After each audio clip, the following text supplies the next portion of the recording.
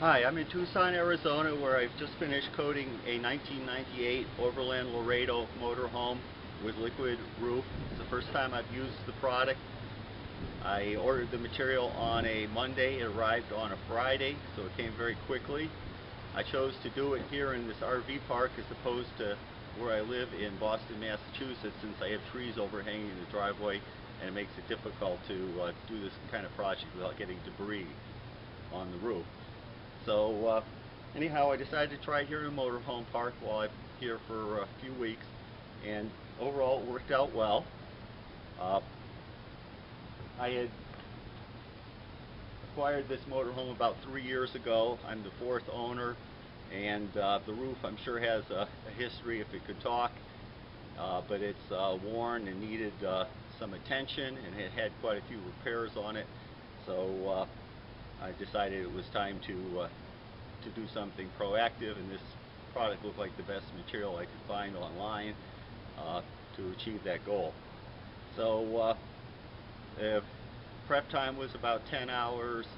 The material installation time was about 6 hours. I did it as a one-man project, and it's certainly doable as a one-person project. It might have been nice to have a second set of hands at time, but the logistics of working up on top of a motorhome where there isn't a lot of area probably makes it best just to have one person up there in any case. I did have a few lessons learned from my experience.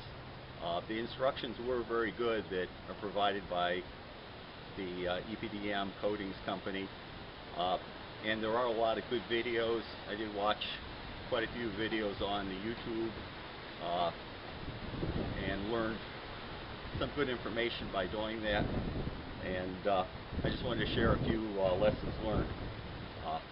What did work well for me is cutting in around the edges and corners. I used a 1-quart coffee can. I transferred using a plastic cup material into the quart can, and then spread it with a 1.5-inch tapered brush. I would recommend that approach. I tried using some of it out of the bucket. That didn't work so well, so I would suggest not trying to take material out of at least a 4 or 5 gallon bucket with a paintbrush to paint. Much better and easier to use in a quart can. Another thing, they say to use a squeegee to spread the material, and they recommend one with a handle. This is the one I bought. It's way too large. You might find a smaller one, but I think for doing a motorhome, you're much better off with a little handheld squeegee.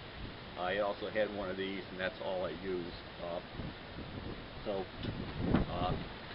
I wouldn't necessarily recommend this unless you have large open spaces on a motorhome, but I haven't seen that on any that I've seen.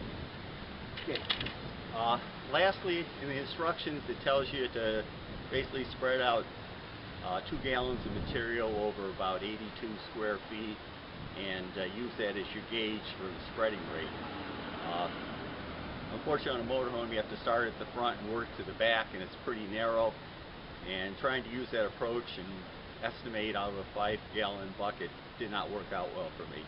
So my suggestion is, if you're going to do this project, is try and find yourself about a 2-quart saucepan, and use that as a scoop. Mark on your motorhome what the equivalent of 21 square feet is, which is probably somewhere between every 2 to 2.5 feet along the motorhome, and then ladle out 2 quarts, squeegee it around, and roll it out. I think you'll get a much more even coating than I did. So those are my suggestions. I didn't order enough of the butyl rubber tape. I didn't realize how many things I needed to repair, and that was something I had to compensate for, since I didn't have time to order more butyl tape. But you might want to plan a little better than I did.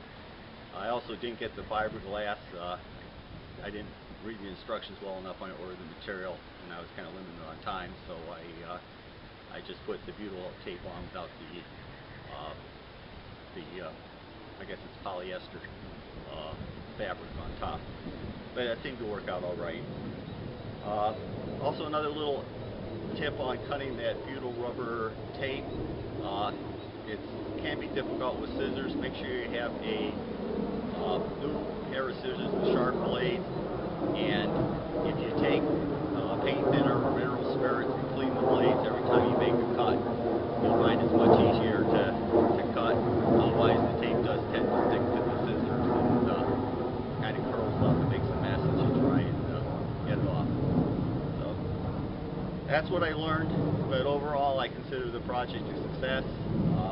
I'm happy with the product. It looks durable, and hopeful that it'll last a long time. This is the completed motorhome roof after applying the liquid roof. As you can see, it comes out nice and white and shiny. I have not put all the covers back on the roof yet, but I'm going to wait another day or two so that the rubber gets nice and dry. It's been on for a day and a half now, and it's drying nicely. It feels dry to the touch. It does have a little bit of bubbles here and there, but supposedly that swelling is supposed to subside, and the bubbles should go away in it says 7 to 14 days. So it certainly looks a lot better than when I started, and I'm hopeful this product will last at least 10, if not 20 years.